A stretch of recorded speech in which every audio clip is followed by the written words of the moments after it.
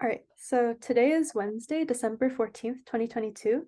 My name is Emily Ma, and I'm here with Mr. Swapan Deheryawan for the Houston Asian American Archive at Rice. So to start from the very beginning, could you tell us where and when you were born? Uh, so, uh, Good morning to you, Emily. And this is Swapan Dhairevan. Of course, I was born in Mumbai, India, and December the 5th, 1965. It's been just my birthday just a week ago. So, yes, anything else apart from that? Nice, happy late birthday. Um, so could you describe the household that you grew up in? Sure. Grew up in a nice, decent family, a huge joint family, I would say. It's a joint family in the sense that it's a family in which we have many people, many families living together. We had a big bungalow, which is a big house in the heart of the city of Bombay. My grandfather used to be a renowned medical doctor, and he had his own practice, and he had his six sons, two daughters, and all his sons and my uncles and my parents, we all lived together as a joint family. And we had extended family as well. Three other uncles on his side, my grandfather's side, they also lived in the same bungalow. So we had almost, like, I would say, 38 rooms, and we were almost 50 plus people living in the same household. Oh, it's So really grew up in a joint family, which is very rare to be seen nowadays. Even over here, it's impossible, but back home as well, it's not so very happening kind of thing. Yeah. yeah, that's amazing. But it sounds very fun as well. And it's nice to grow up in like a very large supportive community. It is fun, I would say. It has its pluses and minuses, but the positives are much more um, impactful in the making of a person. Because it brings you to the rule of coordination, to understand, to be together, and to be able to accept viewpoints. That's what it is. And everyone comes from a different kind of a background, because though the sons or my parents are of the same father, the wives comes from different households. So it's always a thing that they bring two baggages with them, one from their mother's side and one from their father's side. So that being the case, it's always kind of a new thing. It's not only the thinking, it's the customs, it's the rituals, it's the kind of their own fancies, their way to do things, kind of a thing. So it comes together, kind of. Yeah, that's really good to hear. Sounds like a very unique environment. Um, so do you have any like favorite memories of living in the bungalow? Many such memories. Uh, Growing up as a kid over there with cousins. There were 12 cousins. We were all together. Every uncle had two each, kind of a thing. So most likely that was the number. So it used to be birthdays, parties. It's not only that, but it used to be sometimes the sorrowful things which would happen. We were together. It was the festivals that we did. We were together. It were the school trips that we were together. It used to be breakfast and lunches which we used to be together, kind of a thing. The only differential thing I would say and unique in our family was my grandfather was quite um, visionary, I would say, because he knew what it takes. So he had made it sure, right, when all my uncles and my parents were already married, he made sure that everyone has a kitchen of their own. So it's usually that is something different, because everyone has their own kind of palette, kind of a thing, because all ladies bring their own palette from their side of the thing. So that should not be disturbed. So we used to exchange our foods, we used to have things going around all over, but they had their own kitchen. They used to cook for their own family unit, kind of. Yeah, that's true. Everybody has like different tastes.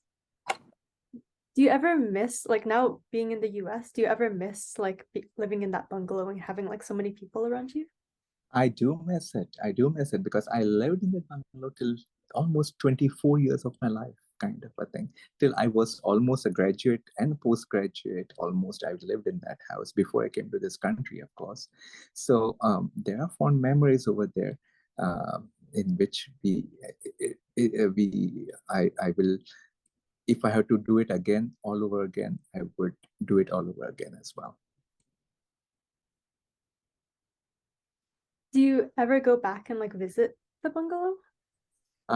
Okay, so the bungalow was eventually demolished, and because you know how the families grow eventually, and everyone with their only one or two rooms, it's when the kids grow up and the families grow up, it's not feasible.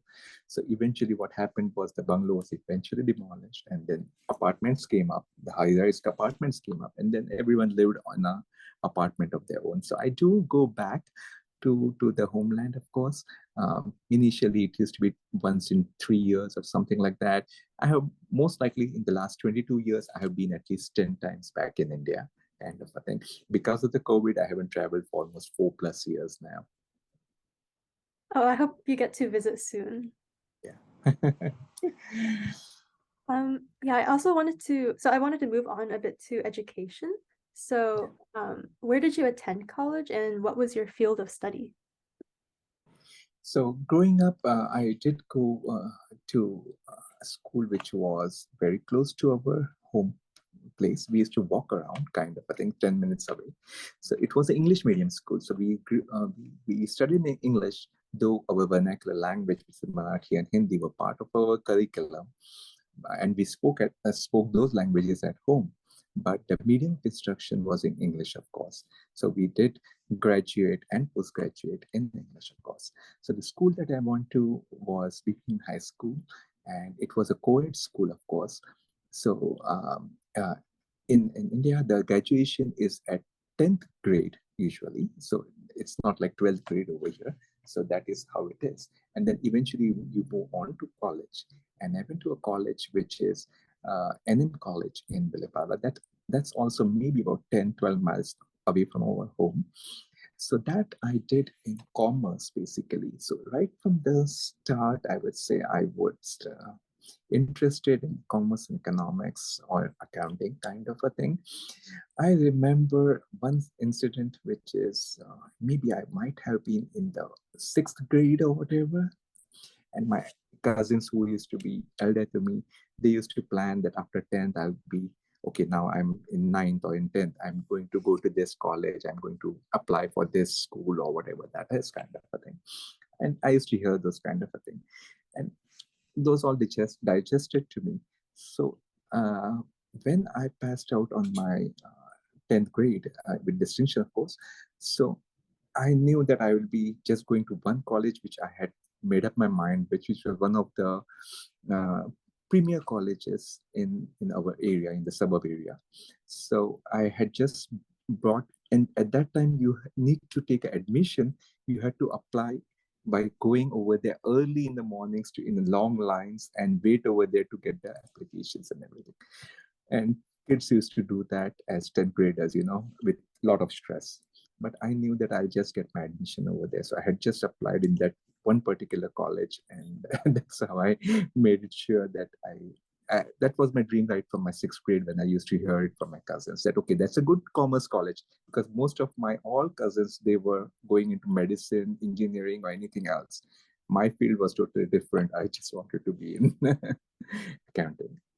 So did my bachelor's, thereafter my master's, of course, from the Bombay University, which is one of the premier institutions right from the 18th century in India, of course. And then I did my cost accounting, which is a professional degree as well, kind of a thing, which is a similar and equivalent to how our CPA is over here.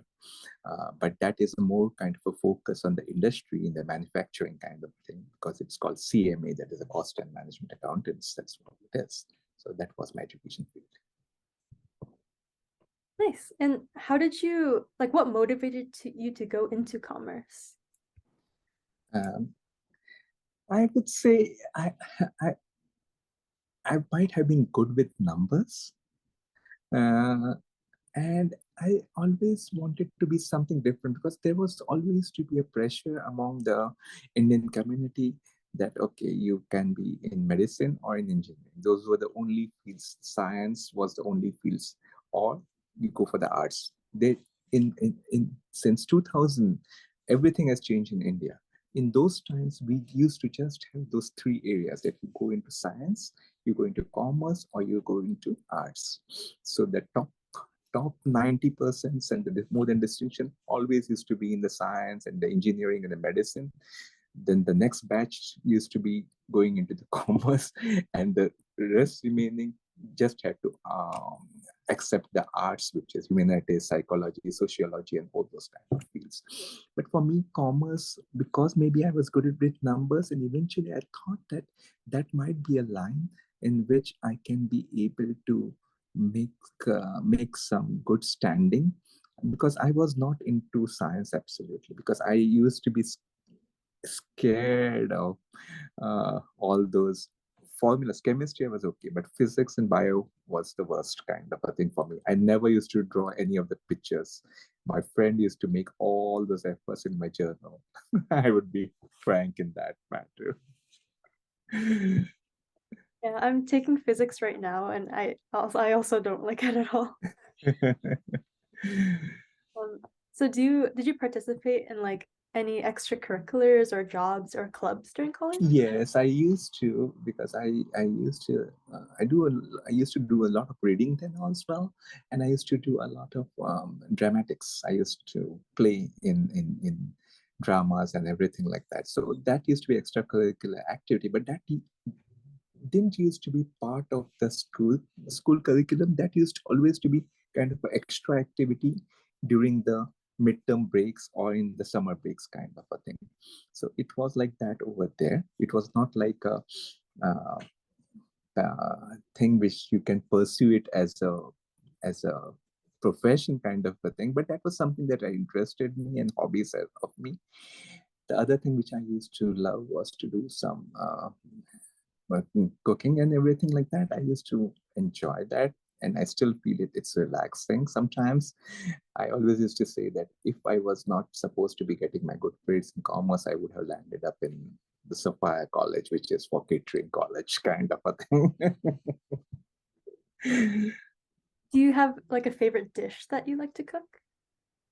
uh, any dishes which are vegetarian, I can make those kind of a thing, and I can see and look and make those kind of a thing, and it has passed on to recipes kind of a thing in the family as well. And sometimes my mother says that, okay, sorry, my wife says that this thing that you made, it tastes exactly like what your mom used to make, or your this particular aunt used to make, or something like that. She would remember that that's the similar taste kind. And it was just by seeing them, because it used to be a joint family, right? So we just used to observe. We never used to do anything at that time. Let me tell you, it used to be, if we had to go into kitchen, it used to be just for fun, maybe just to make some noodles, Maggie noodles or something like that, but never for the actual cooking. It just came up later on kind of a thing. I see. Yeah, that's really cool. Like I feel like food is a great way to like pass down memories, and it's kind of like a form of love as well. Also in college, did you have any professors or like mentors in general who left a lasting impact on your life? uh, Good question. I'm just thinking, I would say there would be a bunch of them, I would say, during my school years who were formative in my school career, I would say. And I still remember them. Some of them have passed away, kind of a thing, but we used to make effort uh, when we used to live in Bombay, not after coming over here, to actually meet them on occasions or something like that. Those used to be my English teacher, one Mr. Mello. I remember one of my history and geography teachers, Miss Kothari, and during my school years. And growing up in college, I would still be influenced with one of my um, accounting majors, right, who used to be a master in tax and accounting, the Krishnadwalas. So we used to revere them because they they have their curriculum books written under their name, and their way of style of teaching was so simplified, because I still remember that if you know three basic rules in accounting, you can do anything kind of a thing. It's just you need to know those three basic principles. That's all. And are you still in touch with any of your friends or mentors from college? Oh yeah, I'm in touch with, because of the WhatsApp, you know how the things have come out to social medias and everything. So we are in touch almost every day. That you open up the phone in the morning, there are 800 messages up over here, kind of a thing. And that can be as silly as good morning, or some planning to meet somewhere, or going out on a hike or a trip or anything like that. It can be a birthday wish, it can be some situation in the family, anything like that. So there are two or three such groups that I'm basically part of. One is my school group, which is our 1981, that's what we call it, the Marvel 81 groups kind of a thing. And there are what, maybe about 60 or 65 of us, because we used to have two divisions who graduated in that year 1981 from that school kind of a thing. So we are connected that way. And the other is my college group, of course. And in that college group, it's about 7 or 8 of us. So we were so very close kind of a thing. So that group, I and both these groups we do meet whenever I go to India or something like that. But otherwise than that, during the COVID, we did used to have some kind of Zoom calls or something like that once in a while, because it was so very socially unprecedented kind of a thing. So that's why we used to have this. Nice. It's so good to hear that you still keep in touch with them. So what prompted you to immigrate from India to the US and specifically to Houston in 1999? Okay, so yeah. The story behind that is my wife, of course. So ours is an arranged marriage, as most of the Indian marriages would be. It's not love marriage. Love happens after marriage. That's what we call. So it was an arranged marriage. So how it happened was, she used to be living over here, and she was going through her college and everything like that. And she didn't want to complete her degree over here. She came back to India at one point of time, and then one of her sisters just mentioned to one of my aunts that they might be starting looking for a suitable boy.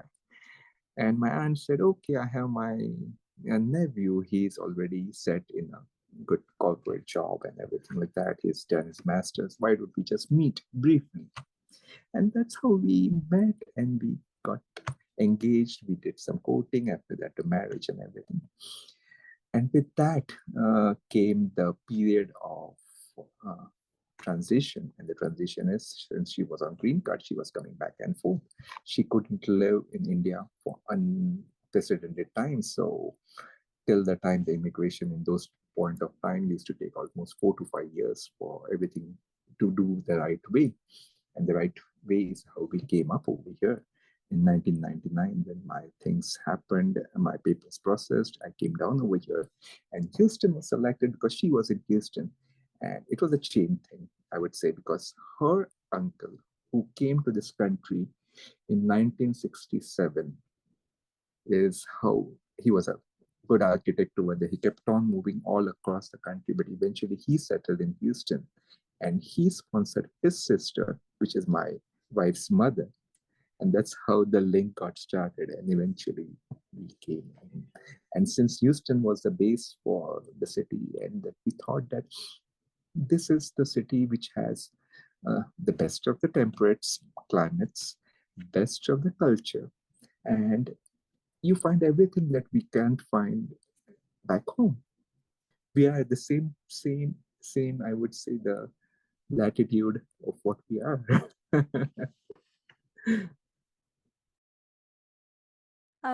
So like when you first arrived in the US, do you remember feeling any like cultural shocks or challenges? It used to be a culture shock, because I came towards end of It's 1999, so it was a holiday season. It was different. It was vibrant, but the days used to be bleak. And today's Houston is totally different from what it was in 1999. There wasn't so much of development, I would say. It has happened in the last 15 years, which was there at that time. Plus, as new immigrants, you always want to go back. I remember first 6 to 8 months, it was like calling back my parents and home and everything that twice every week kind of a thing. And it was like, where have I landed?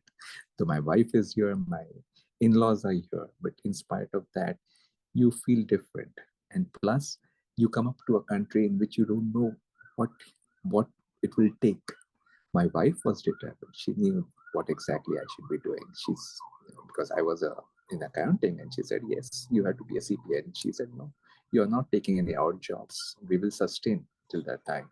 And it was not the case that she was earning a whole lot. Maybe she was just over minimum wages because she was in her new job in a banking institution for just about 6 months. But she said, no, you stay on, hang on. We will pass this as well. And kept on looking up for jobs. But holiday season 1999, remember, Y2K was coming up. No one was hiring except for anything in the tech industry. And here I am with a master's and accounting degree. Where could I get a stepping stone? Somehow or the other, my luck changed, and I got a job interview. I did a bunch of interviews, I would say, but those were unrelated, not in my field, and my wife didn't want me to take any of them. I did some interviews because to a recruiting agency that I tried to do, staff recruiting agency, but just to get the feel of it, what exactly to expect kind of a thing.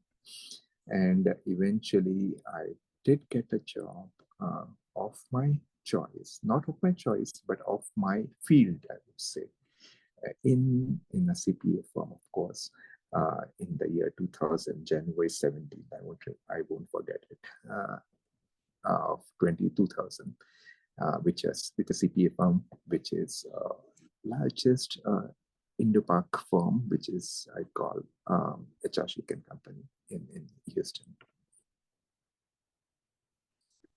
That's really great to hear, like the whole journey. What is it like being now like a founding partner at MD and Associates?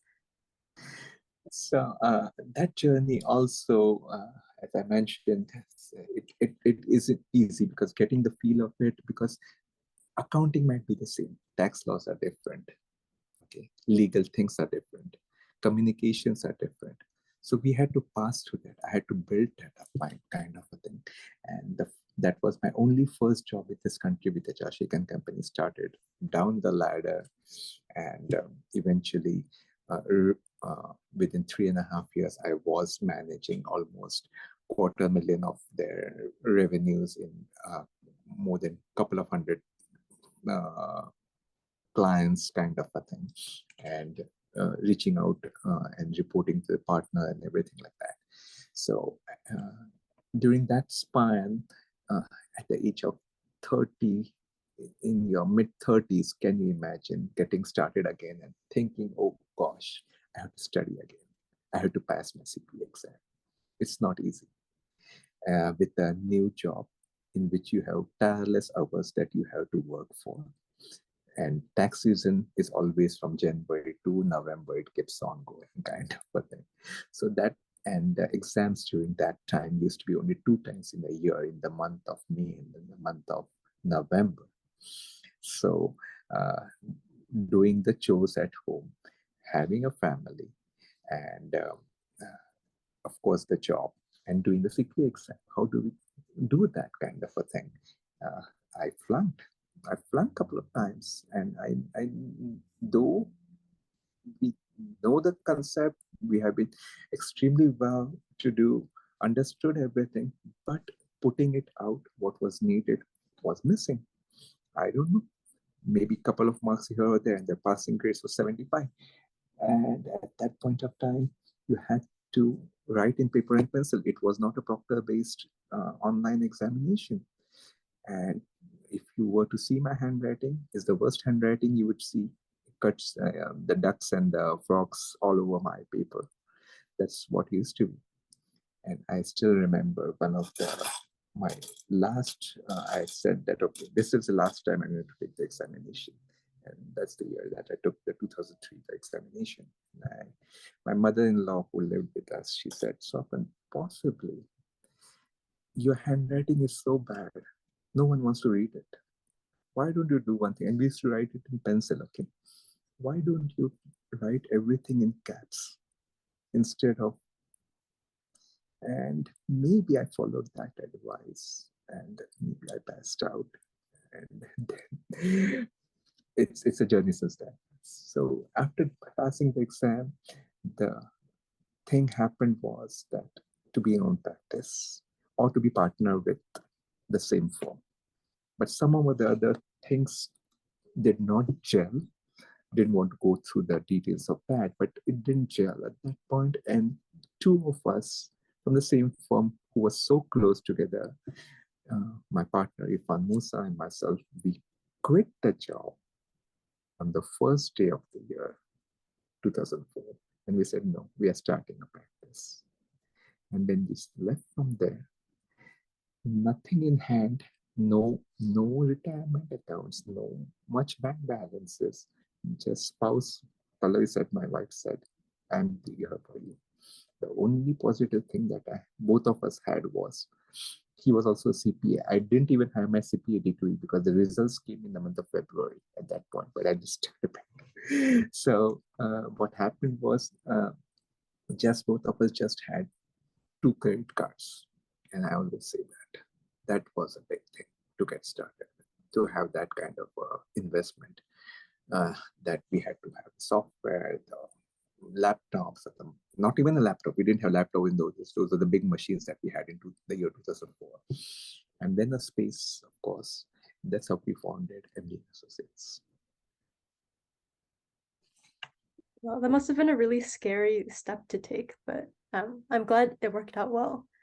And I also read that you expanded the business to Dallas and Spring, Texas. Yeah. So eventually, my partner who was born and raised over here, of course, and he had moved from California, then eventually to Dallas because of his families and everything like that. And he had come down to Houston and taken up this job in Houston in my same firm that we worked together for almost 2 years. And then eventually, since his family was in Dallas, he said that eventually I will have to move to Dallas. And his wife was a dentist, of course. She wanted to do her schooling up over there as well. So he moved to Dallas and we said, okay, we'll set up an office in Dallas. And then he became the partner and still works over there as a CPA over there. And then in the initial formative years, I used to visit every month over there. And because being a senior partner, sometimes what happens is we had to go through some clients and everything like that. We had to go through some planning things and everything. So that used to happen. And my partner is a great person, fabulous person, great in marketing and advertising. But when it comes to the technical thing, he will say, Swapan, you have to come in. So that was how it used to be. So with that, that was in 2006 that we expanded to Dallas. And eventually in 2008, the thing came up was over 2004 when we started this practice in Houston. Eventually, I would say it was just a word of mouth and God willing, we just didn't have to advertise. We did not have to put in a whole lot of money into any media kind of a thing. But it was just the word of mouth and being in the community. That's what helped. And in 2008, some of one of my clients said, okay, I'm starting up an office over here. Let's share and let's build up over there. Because we had a bunch of clients in north of Houston. There is Spring, Conroe, Woodlands, and all those neighborhoods in 290 and 249. So that's how we expanded it up over there.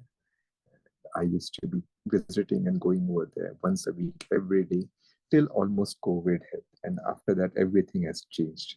And now really you don't require to be present in the case in those offices. Most of the things are happening on a remote basis. But this office, Houston office, is a regular office, which is always a physical presence that we have over here.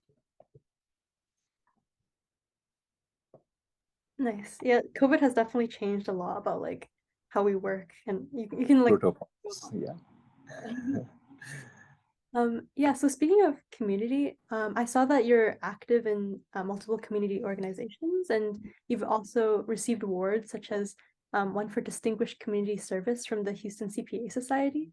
So can you speak more on your involvement in serving your community?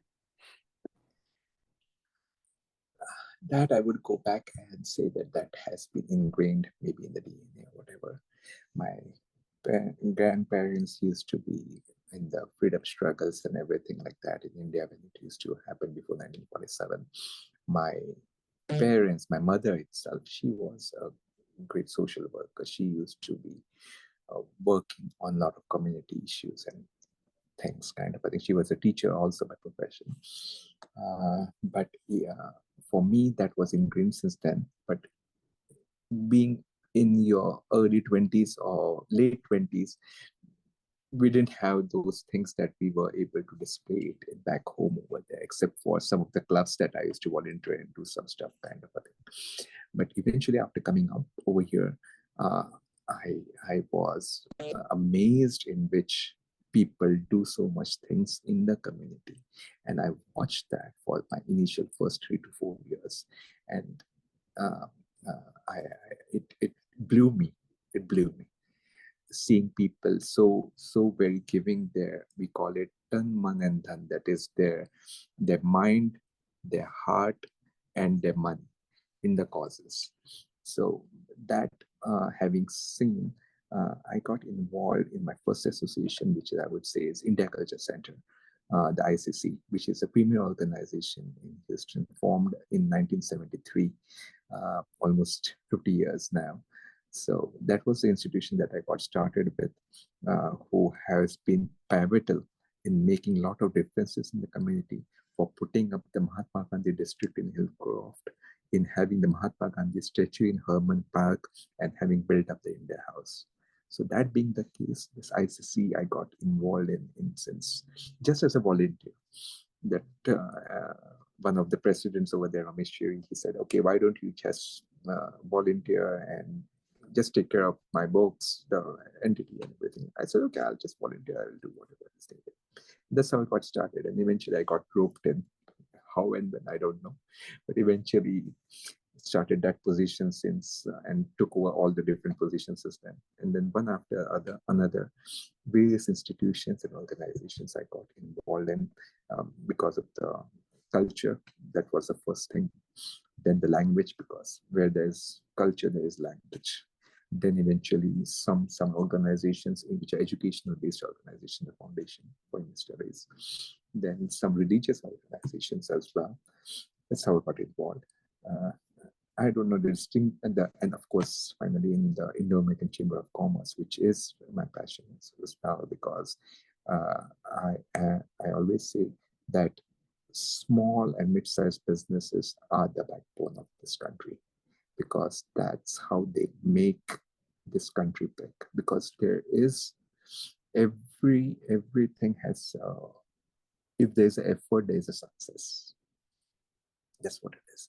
So my chamber, I got involved since 2012, have been leading and working on a lot of fronts and that. And COVID also changed most of the stuff. And in that period, I did a lot of community outreach work and all those things kind of a thing. So I don't know when and how it got noticed that yes, the Houston Society did give me a Distinguished Community Service Award in 2019. As recently as August of 2022, just this August, the India Culture Center recognized me as the Lifetime Achievement Award, and which I said, "Oh gosh, lifetime." So what does that mean? But that's about it. Yeah, congratulations for that. It's really impressive. Yeah, so as someone so like closely involved with your community, what do you think is the most effective way to keep Indian American community members engaged and informed about like whatever activities are going on? There are different fronts of that, because let me tell you, the Indo-American community is quite educated, literate. They come with a good some some stories are always there that people come with $8 in their pocket, nothing over here, and they have risen to unbelievable successes, kind of a thing. But I would still say the engagement process works on different front because the people are still very uh, listening. They are conservative in their process, their thought process. They are God fearing. They are, I would say, the way in which the message is being disseminated, that goes through to various associations. It can go through the social organizations. It can go through the regional organizations because they are state-based organizations as well. Because India is a culmination of 27 states, so there are different languages which are spoken. So the messages go through that. The messages could go through the chambers, the commerce and everything like that, because if it is related to the facilities, grants, or the in COVID we saw the PPPs and all those things. We did a lot of outreach in that. We did a lot of seminars in that. We did a lot of communication in that, so that people are not left behind, kind of a thing, and taken the opportunity which is needed. Nice. And if I could move on to some questions on the Little India district. So I understand that you have a lot of knowledge on that district in Houston. Could you give like a very brief overview of its history up until now? So what I would say is Little India is the district that we now call Mahatma Gandhi district as well. That is the small neighborhood which is happening area between 59, Hillcroft and Harbin. Max up till the West Park Toll Road, and the other side being the 59. That's the small neighborhood that we call it. Maybe not more than 2 miles radius. But that is the concentration of Indo-American businesses and food stuff, clothing, jewelry, you name it, wholesale, retail, anything like that you find up over there. So the community started building up over there way back in the 1970s, kind of a thing, because the first immigrants, I would say, would be the engineering people and the students who came up to the UFH, and that's the community who formed the ICC and everything like that. And they eventually had ICC's house across in that southwest neighborhood area. We had the Gujarati Samaj house in the Hillcroft area. So with that being the case, that neighborhood achieved the traffic and the people's eyeballs used to be over there because we get everything over there. That's how it used to happen. So eventually ICC in 2004 actually unveiled the Mahatma Gandhi statue in Herman Park, which was the statue itself was a donation from the government of India, and the square and the land which was given by the city of Houston, of course. So much had gone into that. The plan was, since 2004, the plan was to have this small district which has maximum not only ownership, or it can be ownership, it can be closeness, because people had their vested interest in that neighborhood, to have that district name something like Mahatma Gandhi district. But there were always a lot of negatives to that also, because people, though Mahatma Gandhi is a national figure, a global figure for that matter, and there is hardly anything, but there are some things which always people will come up when it has to be naming. When that came to the head, we always used to the rules of the city and the ordinance and everything were based on X number of percentage. If you get those approval letters or those kind of a thing, then we can move ahead and do all those kind of things. That's how the rules were. So eventually we was shelving that matter for years together till the year 2010 is when it happened. That neighborhood, we had 32 sign toppers, right, from 59 till West Park, and on from Harbin till the other end of Hillcroft kind of a thing, Hillfondren actually, in which that entire district was named as Mahatma Gandhi district and unveiled by Ennis Parker at that point of time, January 15, 2020. 2010 is what the year was. So that was done at that point of time. And it was a great movement for our people and the community, because that was a long-standing dream that this little India be called or named after Mahatma Gandhi kind of a thing. And eventually we kept up the momentum going. And since 59 and Hillcroft was the gateway to that neighborhood, we wanted to have a landmark up also over there. So in 2015, our fruits came to fruition, and we were able to have a landmark, which is we have a big Mahatma Gandhi plaque and opening at that area, just at that intersection. That opening happened on the 15th of August, 2015 kind of a thing. So that was also done through the ICC, and the community helped a lot on that as well. And we were able to achieve it. That's really cool. Were you like personally involved in the naming of the district at all? Yeah, actually, the district 2010, I was the president of ICC, but much of the head work was done in the year 2009 also. So I would always give it the credit to my predecessor, my previous president, Keshubai Patel, the late Keshubai Patel, who used to be my mentor, and he passed away in 2010, and I had a troubled time after that. Just Yeah, I'm sorry to hear that. But yeah, it sounds like it's a really thriving area right now. What do you think has made that district so like economically successful? I would say there's a continuity over there. That there, I have seen businesses up over there which have been uh, running for 20, 20, 30, 30 plus years kind of a thing. It's not the thing that, and you know, the stickiness in the Indian community is very strong, I would say. Actually, the SBA, the Small Business Administration, says almost 33% of the businesses fail in the first year. 60% of the businesses are gone out in the first 5 years of their lifespan.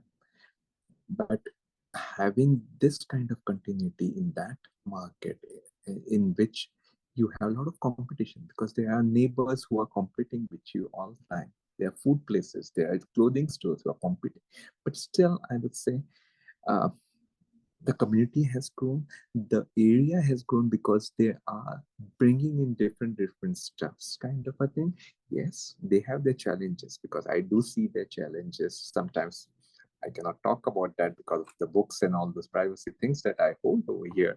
But those, I see them growing because they are unique in finding something innovative about it, kind of a thing. But they have been continuously striving up over there by staying in continuously. Plus, there's an influx of new immigrants. Plus, this area has achieved their name and interest because people can drive all the way from Victoria and all the way from Beaumont just to be over here to buy good stuff, good jewelry, good. Because nowadays, even for my family, for my wife, she doesn't want to go to India and buy stuff. She just has to go to Hillcroft, get her gowns or her saris or her stuff, which is needed for marriages and all occasions, kind of a thing. We don't even have a second thought about that okay, we are paying X amount or we are converting that to the rupee or anything like that. That does not happen nowadays, because we find a convenience. It's a convenience that we are over here. We are making in X amount and we have to spend in X amount. That's what it is.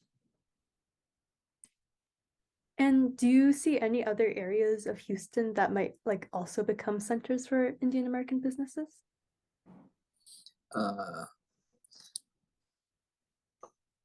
would say I hope the Sugar Land area works on that, because there is a major concentration of the Indian American community in Sugar Land. There are very good places of food food and all those kind of a thing which have come up in those neighborhoods in the 5 mile radius that we live around and everything like that. So, but apart from that, if you were to say some kind of a bazaar or a thing that you people walk around and can go for hop from one place to another and just buy a shop and everything like that, I don't see that happening in any other neighbors, neither in Pearland, nor in Sugarland, nor in Spring, nor in Katy. No, I do not see that. Hillcroft will have its unique standing, no matter what in and out that you have to make and the traffic and the congestion that you have to face, that will still stay up. I see. So Little India is like the one. Yeah. So also that area is adjacent to like Chinese business centers in Bel Air and The also building. Latino business establishments in the neighborhood. So what is your view of people from diverse like other backgrounds getting along with each other in the greater Houston area? And is there any aspect of that that you hope to see improved in the future? I would say it is so very insightful that you see, if I go anytime at any of these food joints or anything like that, it's not filled with only Indian American people. I see people of different backgrounds. I see the Asian Chinese people up over there. I see most of the Latinos because they know what this food is. Sometimes some places which are only vegetarian, you might find people having to try them just once in a while. But if those are places which carry meat and chicken, they have a lot more traffic of the different diverse communities. And Houston is a diverse community, having more than 192 people, countries living up over here, kind of a thing. So that being the case, they love, and the way in which it has grown is it's not just the interaction which is happening through the workplaces and the corporate things, the students community, the people know because their friends are the Indian community and they come out over there. uh, as you know, the UFH has the highest enrollment of the Indian students, kind of a thing. Every year, we see at least 10,000 plus students coming up over there just for taking their masters or whatever kind of a thing. You know? So it's not this thing that people are just known because, okay, once in a while I'll just go and try. It's not happening that way because it's convenience, because it's those neighborhood and people just want to have different something. Because for me also it's the same thing. I will not. I will always try tacos. I will also go for Chinese PF Shanks. I will also go for the Vietnamese food. I will also go for the shrimps and the prawns, kind of the papados as well. So that's how it is. Though our basic palate might be the same, I might be having maybe 4 times in a week my Indian food, but I will still love to go and eat something different every week. Or Italian. Yeah, I think food is definitely a great way to like experiment and go into different cultures. So how have you seen the Little India district kind of change over the course of your time in Texas? Uh, yes, because in 22 years is not a short time, I would say. Houston has changed its dynamics tremendously in the work, in the nature of the development, in the way nature of its infrastructure, the housing, and of course I would say the commuting part, kind of a thing, because everything has changed. The I didn't used to see those small buses which take the downtown people up from Sugarland and they drop off over there. That has happened. It wasn't 22 years back. It happened maybe 15 years back, 10 years back, kind of a thing. So things are changing and it will change. COVID has played a different role again, I would say. But with that protocol being the case, it does not undermine what people wish and long. People still wish to be socially involved. People still want to be at different events. If you see cultural events, which are the major events in the Indo-American community, which is Diwali and the Holi program. These programs are attended by almost 50% of the people are of non-Indian origin, and people love to come out and see what it is. Yeah, that's true. I think it calls for a lot of like mixing of different cultures. Yeah.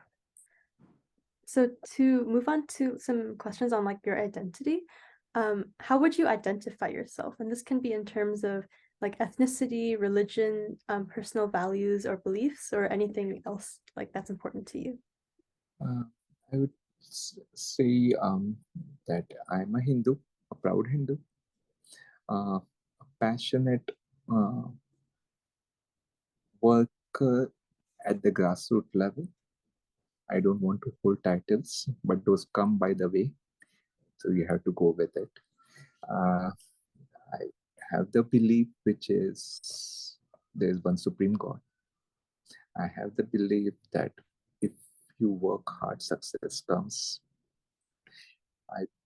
There is the personal value and the conservative value, which is uh, having uh, lesser government, more family values, lesser crime, uh, lower taxes. So all these things do come up on my plate. And I know you mentioned you haven't been to India in like 4 years or so. Do you plan to visit in the future? Yeah, possibly next year I'll be going out 2023, because the last I went was in 2018. It's almost 5 years now, and it would be almost 3 years that I would not have seen my mother. She was over here with us just during COVID, and we made sure with all these things happening that she didn't want to stay here for long. So just when the vaccinations came in, we made sure she had both of them, and then she left from here. So after that, I haven't been over there, though I talk to her every alternate day kind of a thing and make sure all the things are good. My father did pass away in 2017, just yesterday of 2017, 5 years it is. So, but that's life. Do you still stay in contact with your sibling as well? Yes, all my siblings, my cousins, it's more or less. We do have a WhatsApp group. That's always there. But occasions are the festivals, which are major festivals, which in our Hindu calendar that we follow. We call up each other or talk to each other. The birthdays and the anniversaries do come up again. So those are the things. And just in case if there is something that we have to pass information about, some things otherwise than that, it's not the case that we are, because I just have one brother and he's in Canada. It's not the thing that we would be hanging around every year somewhere and going out or anything like that, because life comes in the way, because my practice is such and my profession is such that to take time off is very difficult kind of a thing. So it's once a year sometime that we have to do it, and that usually summers, and not everyone can match their calendars as per their schedules or anything like that. So that gets difficult. But yes, I'm very close with most of my cousins, and whenever I go to India, they are high over heels to please and come out and do whatever it takes, kind of a thing. I love them. That's nice that you have a lot of like support from your family. What are your current hobbies and interests outside of your career?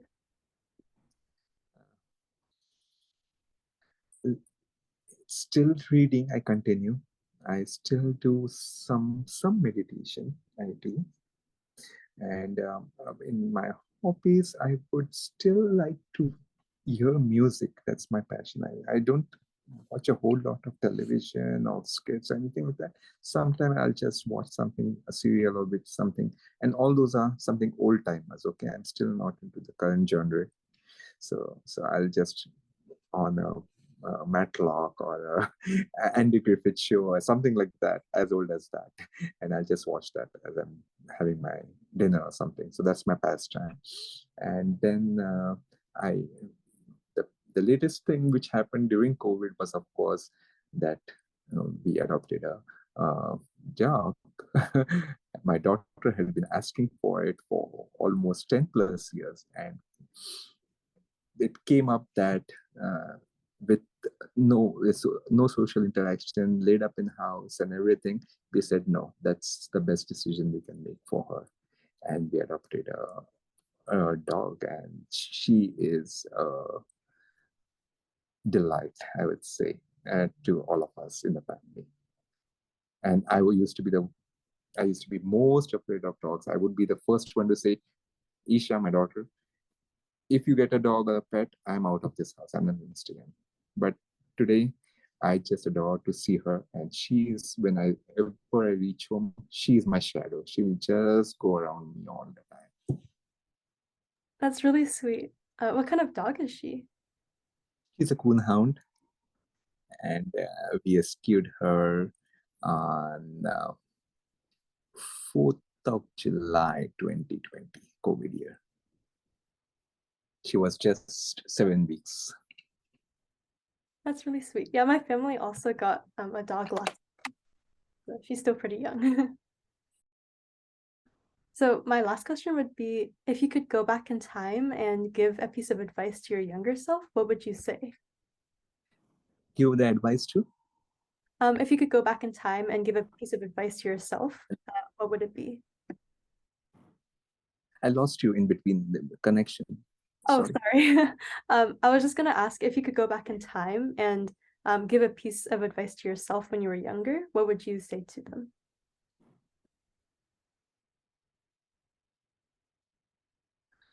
I don't know. I will still say that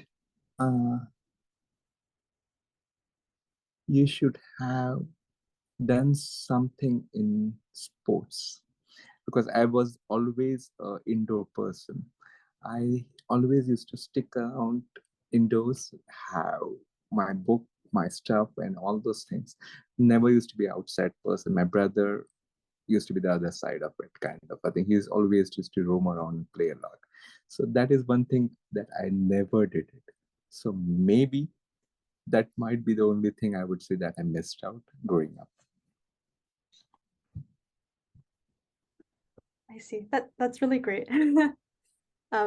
So that's all the questions that I have prepared for now, but do you have anything else that you want to add?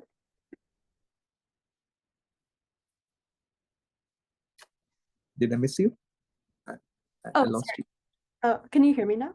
Yes, yes. Oh, Yeah. I was just gonna say, so that's all the questions that I have prepared for now, but if there's anything else that you want to add, you can. No, Emily, it was really nice to be talking to you. And this, I don't know what exactly motivated you folks to reach out to me, but basically, I am indebted to all of you for giving me a chance to talk to you, to just be part of whatever your mission is, kind of a thing, just to be part of that and to share my little bits. It might not be a lot of funny things that I might have said, because accountants are usually drab. Thank you so much for taking the time out of your day to talk to me. It's like my honor to talk to you. Thank you so much. Thank you.